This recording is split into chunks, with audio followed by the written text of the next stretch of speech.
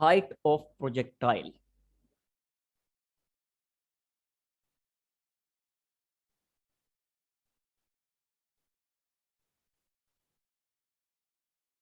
Height of projectile से क्या मुराद है? देखें, वंस अगेन, ये हमारा कोऑर्डिनेट सिस्टम है, ये हमारा ओरिजिन है। यहां से हमने अपने प्रोजेक्टाइल को हिट किया, ठीक है, प्रोजेक्ट किया एक पर्टिकुलर एंगल पे, तो प्रोजेक्टाइल की ये मोशन होगी। और जिस डायरेक्शन में इनिशियल वेलोसिटी प्रोवाइड की थी वो डायरेक्शन थी कुछ इस तरह की, that was initial velocity.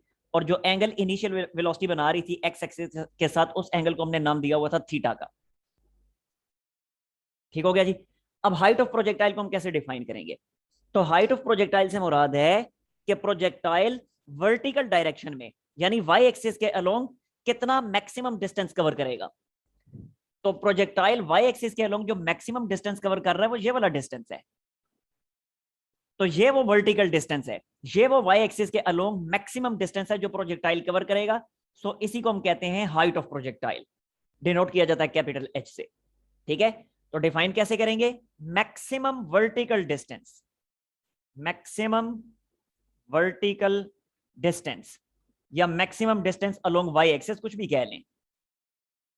Maximum vertical distance is called height of projectile, बस इतना काफी है। Is called height of projectile, ये प्रोजेक्टाइल की हाइट कहलाएगी। ठीक हो गया जी। अच्छा, अब हम आते हैं हाइट ऑफ प्रोजेक्टाइल का, हाइट ऑफ प्रोजेक्टाइल के फॉर्मूले की डेरिवेशन की तरफ। क्या हाइट ऑफ प्रोजेक्टाइल को हम जब भी हमने किसी भी प्रोजेक्टाइल की हाइट फाइंड करनी हो तो उसके लिए फॉर्मूला हमारे पास कौन सा होना चाहिए? तो वो फॉर्मूला हम डिराइव करने वाले हैं। सबसे पहले तो देखें, हाइट ऑफ प्रोजेक्टाइल हमने फाइंड करनी है, यानी हाइट ऑफ प्रोजेक्टाइल के लिए फॉर्मूला ड्राइव करना है। तो डेफिनेटली ये हाइट भी तो एक डिस्टेंस है, ठीक है, तो हाइट भी तो एक डिस्टेंस है। तो मैंने कह दिया हाइट इज अ डिस्टेंस। वो अलग बात है कि डिस्टेंस अलोंग वाई एक्सिस। चलो यहाँ पे मैं एस और आगे छोटा सा वाई भी लिख देता हूँ, means distance along Y axis vertical direction में। ठीक हो गया। अच्छा, अब हम देखते हैं कौन कौन से पैरामीटर्स हैं जो हमें मालूम है। तो सबसे पहले तो देखें, एक्सेलरेशन हमें मालूम है, क्योंकि उस दिन हमने पढ़ा था कि प्रोजेक्टाइल जो होता है वो that is motion under gravity, gravity के अंडर जो मोशन है। तो जब मोशन अंडर ग्रेविटी है तो एक्सेलरेशन जो होगा वो ग्रेविटेशनल एक्सेलरेशन होगा।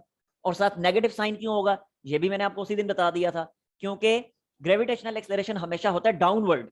चाहे बॉडी ऊपर जा रही है चाहे बॉडी नीचे आ रही है, दोनों सूरतों में एक्सेलरेशन की डायरेक्शन डाउनवर्ड होती है, इसलिए हमने यहाँ पे नेगेटिव साइन लगाया। तो एक्सेलरेशन तो हमें पता है, एक पैरामीटर हमें पता है, एक पैरामीटर हमने फाइंड करने। मजीद और देखें हमें क्या क्या पता है।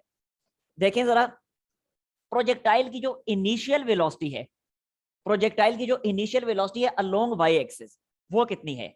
मैंने लिखा वी आई वाई, यानी initial velocity along Y axis. और ये हमें पता है क्या होती है, वी आई साइन थीटा। क्या ख्याल है? जाहिर है वेलोसिटी के दो कंपोनेंट्स थे ना, एक वेलोसिटी का, इनिशियल वेलोसिटी का ये कंपोनेंट था जिसको हमने कहा था वी आई एक्स, जो कि था वी आई कॉस थीटा, जबकि दूसरा कंपोनेंट वेलोसिटी का वर्टिकल कंपोनेंट था। और ये वर्टिकल कंपोनेंट ही वो कंपोनेंट है जिसको हम वी आई वाई कहते हैं। ये वी आई वाई जो कंपोनेंट है जिसका नाम था वी आई साइन थीटा, तो ये वी आई वाई जो कंपोनेंट है वेलोसिटी का, जो वर्टिकल कंपोनेंट है, यही वो कंपोनेंट है वेलोसिटी का कि जो प्रोजेक्टाइल को हाइट की तरफ लेके जाता है, जो प्रोजेक्टाइल को वर्टिकल डिस्टेंस कवर करवाता है। तो वर्टिकल डिस्टेंस कवर करवाने के लिए वेलोसिटी का जो कंपोनेंट है वो है v i y, v I sine theta. और क्योंकि मैं हाइट फाइंड करना चाहता हूं तो इसलिए मैं यहाँ पे वेलोसिटी के सिर्फ वर्टिकल कंपोनेंट को डिस्कस कर रहा हूं, वेलोसिटी के हॉरिजॉन्टल कंपोनेंट को डिस्कस नहीं कर रहा, क्योंकि हॉरिजॉन्टल कंपोनेंट तो वो है जो एक्स एक्सिस के लॉन्ग डिस्टेंस कवर करवा रहा है, और मैं हाइट फाइंड करना चाह रहा हूं, यानी वाई एक्सिस के लॉन्ग डिस्टेंस फाइंड करना चाह रहा हूं। तो जब वाई एक्सिस के लॉन्ग डिस्टेंस फाइंड करना चाह रहा हूं तो वेलोसिटी का वाई कंपोनेंट मुझे यहाँ पे जरूरत पड़ेगा, तो इसलिए सिर्फ वेलोसिटी के वाई कंपोनेंट को ही मैंने डिस्कस किया। ठीक हो गया। अगली चीज देखें, फाइनल वेलोसिटी का वाई कंपोनेंट क्या होगा। तो देखें, जब प्रोजेक्टाइल अपनी मैक्सिमम हाइट पे चला जाएगा, तो ये मैंने आपको उसी दिन बता दिया था जिस दिन हमने प्रोजेक्टाइल का टॉपिक स्टार्ट किया था। तो यहां पे मैंने आपको बताया था कि फाइनल वेलोसिटी का जो वाई कंपोनेंट है, फाइनल वेलोसिटी का वाई कंपोनेंट, यानी टॉप पे जाके कोई भी बॉडी जब हम ऐसे वर्टिकली ऊपर फेंकते हैं, इस मार्कर को अगर मैं ऊपर फेंकता हूं तो जैसे जैसे ऊपर जा रहे हैं वेलोसिटी कम होती जा रही है, और टॉप पे जाके थोड़ी देर के लिए रेस्ट में आता है ना, तो जैसे टॉप पे जाके ये थोड़ी देर के लिए रेस्ट में आता है, इसी तरह जैसे जैसे ये प्रोजेक्टाइल ऊपर चलता चला जाएगा तो फाइनल वेलोसिटी का जो वाई कंपोनेंट होगा वो टॉप पे जाके जीरो हो जाएगा। जैसे इसकी वेलोसिटी टॉप पे जाके थोड़ी देर के लिए जीरो होती है, इसी तरह फाइनल वेलोसिटी का जो वाई कंपोनेंट है, वाई एक्सिस के अलोंग जो कंपोनेंट है वो भी टॉप पे जाके जीरो हो जाएगा। तो इसलिए वी एफ वाई जो है वो टॉप पे क्या हो जाएगा, जीरो। ठीक हो गया। अब जरा देखें ये सारे पैरामीटर्स जो हैं ये कौन सी वाली इक्वेशन ऑफ मोशन में मौजूद हैं, तो बिल्कुल क्लियर सी बात है थर्ड इक्वेशन ऑफ मोशन में मौजूद है। तो हम easily third equation of motion use करके इसकी मैक्सिमम हाइट का फार्मूला ड्राइव कर सकते हैं। तो देखें मैं यहां पे यूज कर रहा हूं third equation of motion, third equation of motion. और थर्ड इक्वेशन ऑफ मोशन क्या है आपको पता है, थर्ड इक्वेशन ऑफ मोशन होती है v f square minus v i square is equal to 2as। ये थर्ड इक्वेशन ऑफ मोशन है। लेकिन हमारा जो केस है प्रोजेक्टाइल का, ये वन डायमेंशनल नहीं बल्कि टू डायमेंशनल है। और जब टू डायमेंशनल है तो हमें पता है कौन कौन सी डायमेंशन, टू डायमेंशन कौन कौन सी, एक एक्स डायमेंशन और एक वाई डायमेंशन, दोनों मौजूद है इस मोशन में। क्लियर है आपके सामने। और इन टू डायमेंशन में से हाइट पे ले जाने के लिए जो डायमेंशन यहां पे यूज हो रही है वो है वाई डायमेंशन। तो जब वाई डायमेंशन हाइट के लिए रिस्पॉन्सिबल है तो हम अपनी इस थर्ड इक्वेशन ऑफ मोशन को वाई डायमेंशन के रिस्पेक्ट से मॉडिफाई कर लेंगे। तो अब मैं वी एफ की जगह क्या लिखूंगा, वी एफ वाई स्क्वायर। ठीक है, क्योंकि हाइट कवर हो रही है। इसी तरह वी आई को क्या लिखूंगा, वी आई वाई स्क्वायर। ऐसे ही टू, एक्सलरेशन कौन सा है आपके सामने, एक्सलरेशन है माइनस जी। ठीक है, तो ये मैंने लिख दिया 2 इंटू माइनस जी। और एस डिस्टेंस कौन सा है, डिस्टेंस है हाइट। ठीक हो गया। या चले मैं इसको अभी फिलहाल ऐसे ही लिख देता हूं, अगले स्टेप में एक ही दफा वैल्यूज पुट करूंगा। ऐसे लिखा और ये मैंने लिख दिया एस वाई। यानी पूरी की पूरी इक्वेशन जो थी थर्ड इक्वेशन, पूरी की पूरी जो थर्ड इक्वेशन थी उस पूरी थर्ड इक्वेशन को वाई डायमेंशन के रिस्पेक्ट से मैंने मॉडिफाई कर लिया। ठीक हो गया। अच्छा अब जरा देखें, अब मैं यहाँ पे वैल्यूज पुट करता हूं। तो देखें वी एफ वाई कितनी थी, वी एफ वाई थी 0, तो ये मैंने लिख दिया 0 माइनस का साइन। वी आई वाई कितनी है, तो वी आई वाई है वी आई साइन थीटा। तो और क्योंकि स्क्वायर है तो ये लिखा जाएगा वी आई साइन थीटा, और ये आ गया सारे का स्क्वायर इज इक्वल टू 2। ऐसे ही लिखा। ए किसके इक्वल है, ए इक्वल्स टू माइनस जी, तो ये लिख दिया 2 इंटू माइनस जी। और एस वाई क्या है, यानी डिस्टेंस अलोंग वाई एक्सिस क्या है, दैट इज हाइट, सो ये लिख दिया मैंने एच। ठीक है जी। अब अगले स्टेप में बिल्कुल क्लियर है, ये वाला माइनस और ये वाला माइनस हो गए कैंसल, बाकी बचेगा v i square sine square theta is equal to 2gh। H find करना है तो एच को यहीं पे रहने दें, तो ये बनेगा अगले स्टेप में v i square sine square theta divided by 2g। या फिर रीअरेंज करके ऐसे लिख दें, h is equal to v i square sine square theta divided by 2g, and this is the final form of height of projectile. Yes, any problem?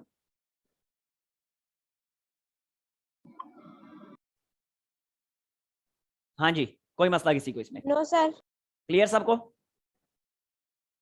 चलें फिर ले लें जल्दी से स्क्रीनशॉट इसका, हरी अप। इसे फिर मैं साफ करके नेक्स्ट आऊंगा टाइम ऑफ फ्लाइट की तरफ।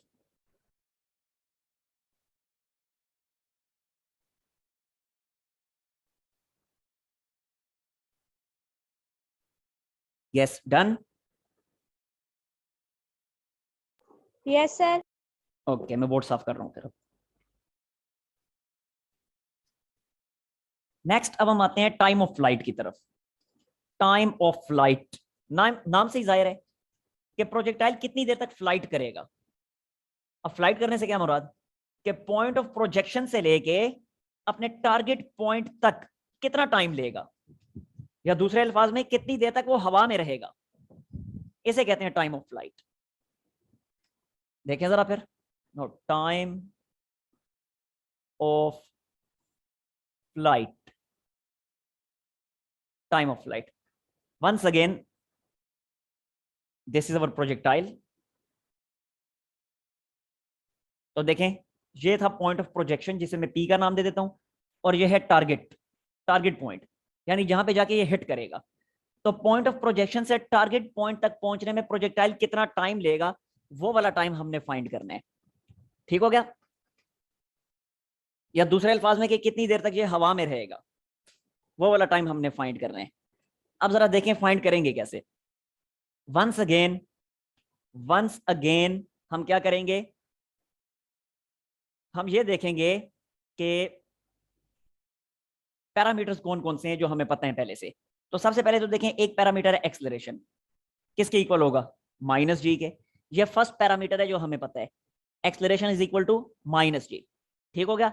दूसरी चीज एक और देखिएगा, मुझे ये बताएं कि टाइम ऑफ फ्लाइट के लिए, यानी प्रोजेक्टाइल को हवा में रखने के लिए वेलोसिटी का कौन सा कंपोनेंट रिस्पॉन्सिबल है, वेलोसिटी का वाई कंपोनेंट या एक्स कंपोनेंट। अगेन यहाँ पे मैं ड्रॉ कर देता हूं, this is velocity, Y component.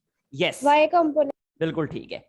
We आई इस डायरेक्शन में, थीटा इस डायरेक्शन में, और वंस अगेन यहाँ पे होगा वी आई एक्स यानी वेलोसिटी का एक्स कंपोनेंट, और यहाँ पे होगा वी आई वाई यानी वेलोसिटी का वाई कंपोनेंट।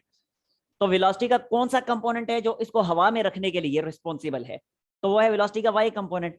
तो इसलिए अब फिर एक दफा हम यहाँ पे लिखेंगे वेलोसिटी का वाई कंपोनेंट, जो कि हमें पहले से पता है, वो होता है वी आई साइन थीटा। ठीक हो गया। एक और पैरामीटर, टाइम तो हमने फाइंड करना है ना, वो तो मैं ऐसे ही लिख देता हूँ, टाइम ऑफ फ्लाइट तो हमने फाइंड करना है। एक और पैरामीटर जो हमें पता है वो है डिस्टेंस। अब मुझे बताएं कि इस पूरी की पूरी फ्लाइट में एस वाई यानी डिस्टेंस का वाई कंपोनेंट किसके इक्वल होगा। ओह मैंने खुद ही लिख दिया मैंने खुद ही लिख दिया, चलें अच्छा मैंने लिख ही दिया था, अभी बता दें। मैंने लिखा था 0, कैसे होगा 0, अब आप लोग एक्सप्लेन करें 0 कैसे होगा। इस पूरी फ्लाइट के दौरान डिस्प्लेसमेंट का जो होगा, इसका वाई कंपोनेंट डिस्प्लेसमेंट का, वो 0 होगा, कैसे होगा, यानी डिस्प्लेसमेंट अलोंग वाई एक्सिस 0 होगा जी। सर पहले प्रोजेक्टाइल ऊपर गया है और फिर उससे नीचे आया है तो उसकी हाइट सर 0 हो गया ना। बिल्कुल ठीक है, वेरी गुड।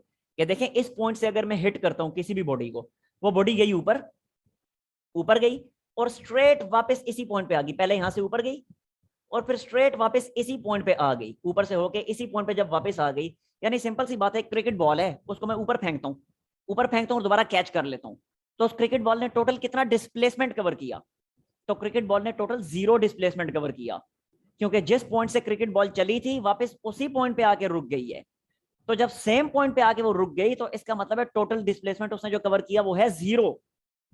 यहां भी ऐसे ही है प्रोजेक्टाइल के केस में, देखें जिस हॉरिजॉन्टल लेवल से प्रोजेक्टाइल ऊपर गया था, सेम उसी, ये पूरा टाइम ऑफ फ्लाइट गुजर जाने के बाद, ये पूरा टाइम पास हो जाने के बाद प्रोजेक्टाइल सेम हॉरिजॉन्टल लेवल पे वापस आ गए, सेम हाइट पे वापस आ गए। तो जब प्रोजेक्टाइल सेम हॉरिजॉन्टल लेवल पे वापस आ गए तो इसका मतलब है डिस्टेंस अलोंग वाई एक्सिस जो होगा वो होगा 0। ठीक है, इसी को हम हाइट कहते हैं, या थोड़े हाइट इसको नहीं, तो डिस्टेंस अलोंग वाई एक्सिस जो होगा वो होगा 0। यहां पे मैं रीजन इसकी लिख देता हूं क्यों 0 होगा, because projectile come back, projectile comes back, comes back at same horizontal level, at same horizontal level, horizontal level, इसलिए एस वाई जो है वो 0 के इक्वल होगा। ठीक है। अच्छा अब आप लोग मुझे बताएं कि कौन सी इक्वेशन ऑफ मोशन यहां पे यूज होगी। सेकंड। यस बिल्कुल ठीक है, सेकंड इक्वेशन ऑफ मोशन अब यहां पे यूज हो रही है। तो पहले मैं सेकंड इक्वेशन ऑफ मोशन आपके सामने लिखता हूं, सेकंड इक्वेशन ऑफ मोशन जो कि है S is equal to v i t plus half a t square, ये सेकंड इक्वेशन ऑफ मोशन। लेकिन हमारा टाइम ऑफ फ्लाइट के केस में जो कंपोनेंट्स जो रिस्पॉन्सिबल हैं, वेलोसिटी का जो कंपोनेंट रिस्पॉन्सिबल है टाइम ऑफ फ्लाइट के लिए वो वाई कंपोनेंट है। इसी तरह जो डिस्प्लेसमेंट कवर हो रहा है टाइम ऑफ फ्लाइट के केस में वो कौन सा कवर हो रहा है, वाई कंपोनेंट। वैसे तो टाइम ऑफ फ्लाइट में एक्स डिस्प्लेसमेंट भी कवर हो रहा है, लेकिन टाइम ऑफ फ्लाइट वो टाइम है जितनी देर तक प्रोजेक्टाइल हवा में रहेगा, यानी जितनी देर तक प्रोजेक्टाइल का जो डिस्टेंस है वाई एक्सिस के अलोंग वो डिस्टेंस नॉन जीरो रहेगा। बल्कि ये चीज मैं यहां पे लिख भी देता हूं टाइम ऑफ फ्लाइट की डेफिनेशन में ही, टाइम ड्यूरिंग विच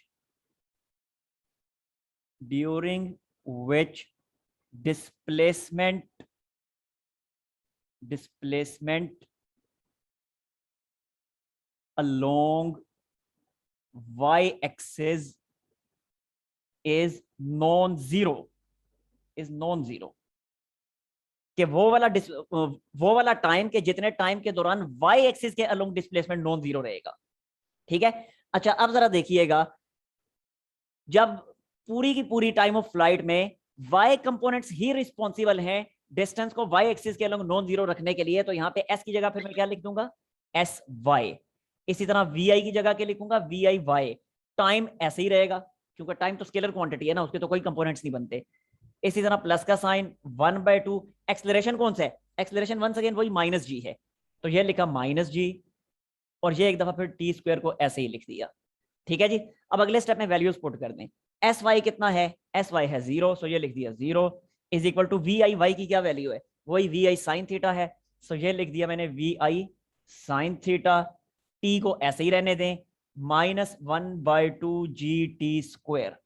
अगले स्टेप में -1/2 जी टी स्क्वायर को इधर ले हैं तो बनेगा पॉजिटिव साइन के साथ 1/2 जी टी स्क्वायर, और वी आई साइन थीटा इंटू टी ऐसे ही लिखा।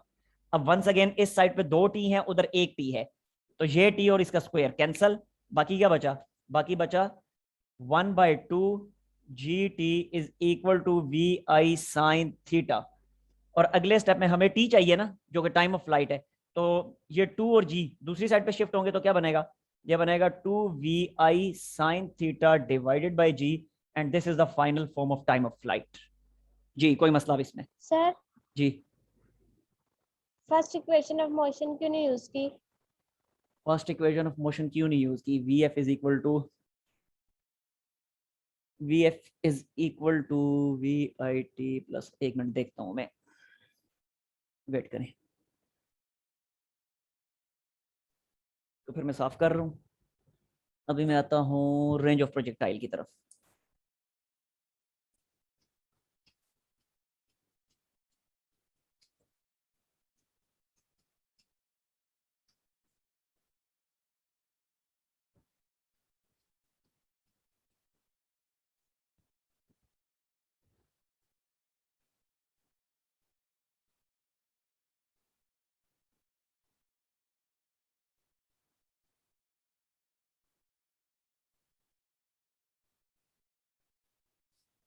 अच्छा जी देखें,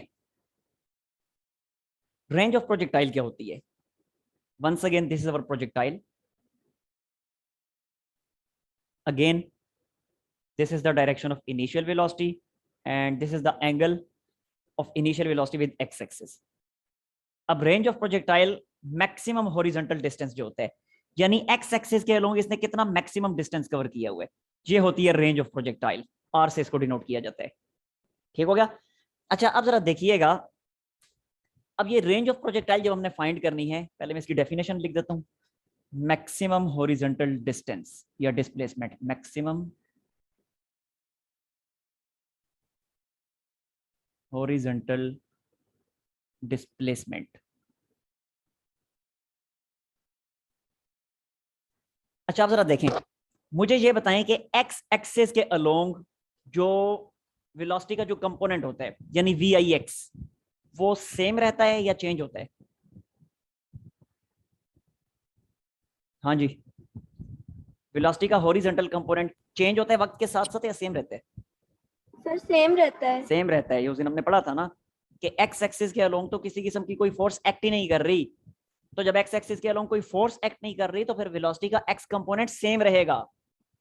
अब जब वेलोसिटी का एक्स कंपोनेंट सेम रहेगा और हमने फाइंड करनी है रेंज, रेंज होता है डिस्टेंस, तो फिर हम ये वाला फार्मूला यूज कर सकते हैं S is equal to v multiply t, क्योंकि ये फार्मूला कब यूज होता है, ये फार्मूला उस वक्त यूज होता है जब वेलोसिटी यूनिफॉर्म हो, व्हेन वेलोसिटी इज यूनिफॉर्म। अगर वेलोसिटी यूनिफॉर्म नहीं है तो ये फार्मूला यूज नहीं हो सकता, यानी अगर एक्सलरेशन है किसी भी बॉडी में तो एक्सलरेटेड बॉडी के लिए ये फार्मूला यूज नहीं कर सकते, ये फार्मूला सिर्फ और सिर्फ यूनिफॉर्म वेलोसिटी के लिए है। अब क्योंकि एक्स एक्सिस के अलोंग वेलोसिटी यूनिफॉर्म है प्रोजेक्टाइल की, तो जब एक्स एक्सिस के अलोंग वेलोसिटी यूनिफॉर्म है और हमने फाइंड भी रेंज ऑफ प्रोजेक्टाइल करनी है, यानी एक्स एक्सिस के अलोंग डिस्टेंस फाइंड करना है एस एक्स, तो मैं लिख सकता हूं now this is equal to v i x multiply by t. ठीक हो गया, अब वैल्यूज पुट करें, एस एक्स किसके इक्वल है, रेंज के इक्वल है, that is equal to range, and this is equal to, और वी आई एक्स क्या है, वेलोसिटी का एक्स एक्सिस के अलोंग कंपोनेंट जो कि होता है वी आई कॉस थीटा। ठीक है, वेलोसिटी का कंपोनेंट एक्स कंपोनेंट होता है वी आई कॉस थीटा। और ये टी कौन सा टाइम है? टी वो टाइम है जो टाइम ऑफ प्रोजेक्शन से टारगेट पॉइंट तक का टाइम है। और ये पूरे का पूरा टाइम तो अभी हमने डिफाइन किया है, इस टाइम को तो टाइम ऑफ फ्लाइट कहा जाता है। तो जब ये पूरा टाइम टाइम ऑफ फ्लाइट कहलाता है, तो यहाँ पे टी की जगह हम वैल्यू किसकी पुट करेंगे? टाइम ऑफ फ्लाइट की, जो अभी अभी हमने ड्राइव की है, जो कि थी 2 vi sin theta divided by G. ये वैल्यू थी। आगे समझ? अब देखें जरा, अगले स्टेप में इसको लिखा जा सकता है मजीद सिंप्लीफाई करके, V R is equal to, ये मैंने लिखा टू, इसको पहले मैंने लिखा we I square divided by G. और ये पूरे का पूरा जो है 2 sin थीटा कॉस थीटा, इन्हें मैं आपस में कंबाइन कर देता हूं। क्यों कंबाइन कर रहा हूं अभी आपको पता चल जाता है। 2 sin theta cos theta. Now अगले स्टेप में लिखा जा सकता है vi² बाई जी। और ये 2 sin थीटा कॉस थीटा जो है, ये ट्रिग्नोमेट्री का एक फॉर्मूला है जो मैथ पढ़ने वाले अभी पढ़ भी लेंगे, chapter number, I think chapter number 10 में है, फर्स्ट ईयर की मैथ के चैप्टर नंबर 10 में। 2 sin थीटा कॉस थीटा ये इक्वल होता है sin 2 थीटा के। This is equal to sin 2 theta. ठीक है, अंडरलाइन करके मैं लिख भी देता हूं यहां पे, दिस इज sin 2 थीटा। तो ये हमारे पास रेंज का फाइनल फॉर्मूला ड्राइव हो चुका है। ठीक हो गया? This is range of projectile. हाँ जी, कोई मसला भी इसमें यहां तक? Yes, any problem? No sir. अच्छा, इसका स्क्रीनशॉट लें। और यहां पे मेरा एक सवाल है आप लोगों से, मुझे ये बताएं कि रेंज मैक्सिमम किस एंगल पे मिलेगी? कितने एंगल पे रेंज मैक्सिमम मिलेगी? इस फार्मूले को देख के बताएं। 90 डिग्री में। नो। 45। हाँ जी, 45 पे। अब एक्सप्लेन करें। सर 2 को जब हम 45 डिग्री से मल्टीप्लाई करेंगे तो 90 डिग्री हो जाएगा और साइन 91 के इक्वल होता है, और यस, इसलिए रेंज। बिल्कुल ठीक है। यहाँ पे मैं आपको छोटी सी इसकी डेरिवेशन भी करके बता देता हूँ कि देखें रेंज किस किस किस चीज पे डिपेंड कर रही है। रेंज डिपेंड कर रही है इनिशियल वेलोसिटी पे, एक्सेलरेशन ड्यू टू ग्रेविटी पे, और थीटा पे। अब अगर वेलोसिटी मैंने कांस्टेंट रखी हुई है और जी की वैल्यू तो पहले ही कांस्टेंट है, तो उस सूरत में रेंज जो है वो sin 2 थीटा पे डिपेंड कर रही होगी, sin 2 थीटा के डायरेक्टली प्रोपोर्शनल होगी। फिर समझ आ गई है? तो यहाँ पे मैं लिख भी देता हूँ कि range is maximum, range is maximum कब? रेंज कब मैक्सिमम होगी? रेंज उस वक्त मैक्सिमम होगी if sin 2 theta is maximum. अगर sin 2 थीटा जो है वो मैक्सिमम हो जाए, क्योंकि वेलोसिटी तो, इनिशियल वेलोसिटी तो मैंने कांस्टेंट रखी हुई है, जितनी वेलोसिटी से मैंने उसको फायर किया वो तो कांस्टेंट कर दी, जी ऑलरेडी कांस्टेंट है, तो अब रेंज sin 2 थीटा पे डिपेंड करेगी। तो रेंज उसी वक्त मैक्सिमम होगी जब sin 2 थीटा मैक्सिमम होगा। और हमें पता है कि साइन की मैक्सिमम वैल्यू हमेशा 1 के इक्वल होती है, साइन कोस दोनों की मैक्सिमम वैल्यू 1 होती है। तो लिख दिया sin 2 theta is equal to 1। अगले स्टेप में क्या लिखेंगे? 2 theta is equal to sine inverse of 1। और साइन इनवर्स ऑफ 1 जी आप लोगों को ऑलरेडी पता है 90 डिग्री के इक्वल होता है। तो यहां से थीटा क्या बनेगा फिर? 2 उधर जाके डिवाइड होगा तो 45। तो इसका मतलब है रेंज कब मैक्सिमम होगी? रेंज उस वक्त मैक्सिमम होगी जब थीटा 45 डिग्री हो। क्लियर? यस जी। बाकी भी तो बोले, तहरीम, सहाब, इरज, अरीशा, समझ आइए आप लोगों को? जी सर, समझ आ गई। जी तहरीम, तहरीम, जी सर। समझ आई या नहीं आई? जी। आपने तो सवाल पूछने ही छोड़ दिए बिल्कुल। अब तो यकीन ही नहीं आता वही तहरीम है जो 9th क्लास में होती थी। 10th में आपने आके सवाल पूछने कम किए, फर्स्ट ईयर में आके बिल्कुल ही गायब हो गए सारे सवाल।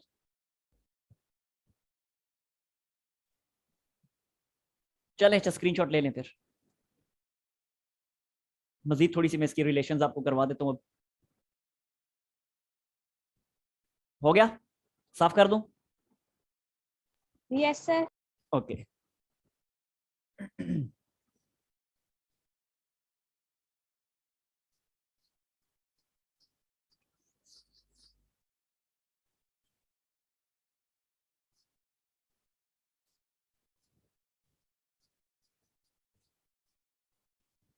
अच्छा, ये तीनों फार्मूलाज जो अभी अभी हमने ड्राइव किए हैं, ये तीनों मैं इधर साइड पे लिख देता हूँ पहले।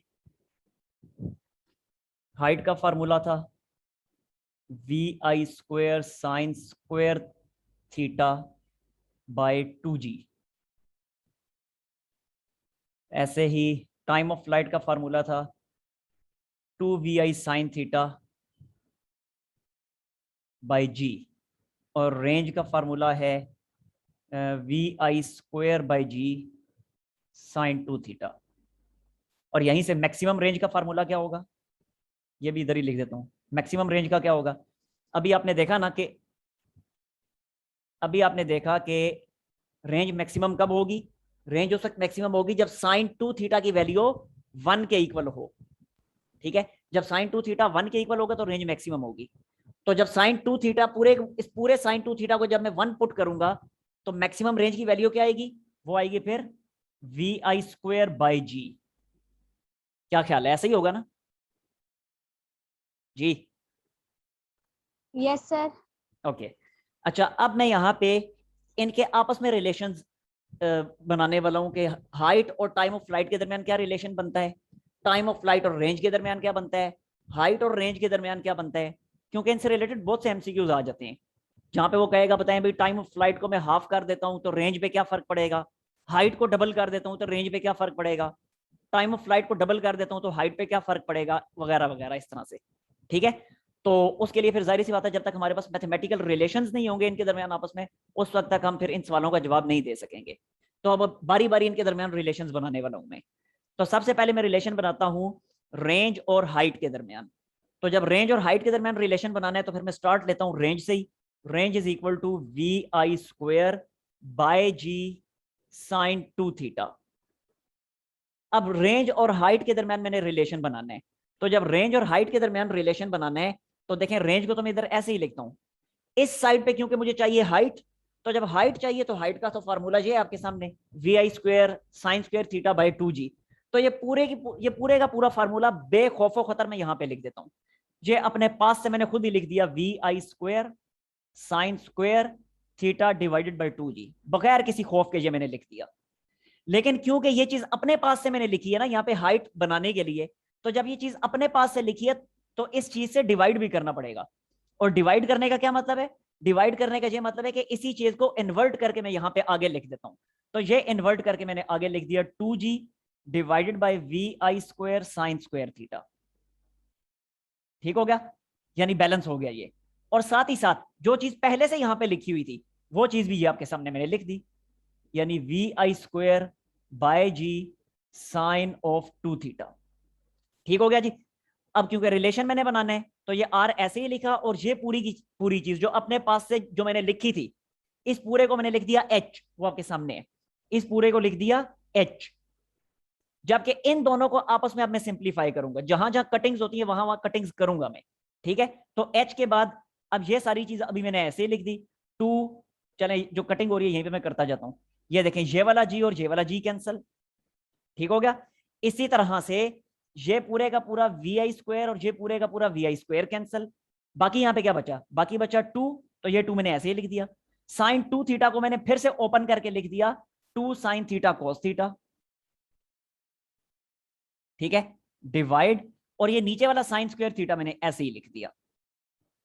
ठीक है जी, ये फार्मूला यहां पे मैं लिख भी देता हूं ताकि याद रहे आपको। साइन 2 थीटा इक्वल होता है 2 साइन थीटा कॉस थीटा के।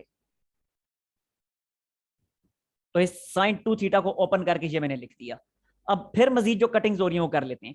देखें ऊपर एक साइन थीटा और नीचे 2 साइन थीटा हैं, तो साइन थीटा और नीचे से स्क्वायर कैंसिल। बाकी क्या बचा, now r is equal to 2 multiply 2 क्या बनेगा 4, तो लिखा 4h। और यहां पे बचा cos theta by sine theta, cos theta by sine theta. और अगले स्टेप में मैं इसको ऐसे भी लिख सकता हूं sine theta by cos theta, यानी इस साइड पे शिफ्ट कर दिया, into r is equal to 4h।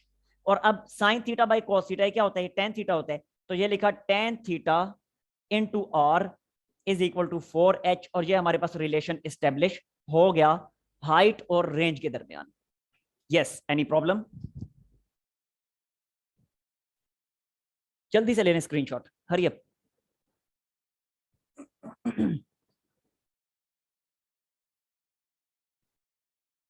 हो गया? सर हो गया। चलें, अच्छा मैं दोबारा आपको लिंक सेंड करूँ क्योंकि 2 रिलेशन और बनाने हैं, ये थोड़ा सही काम है, ये अभी कर देते हैं इसको।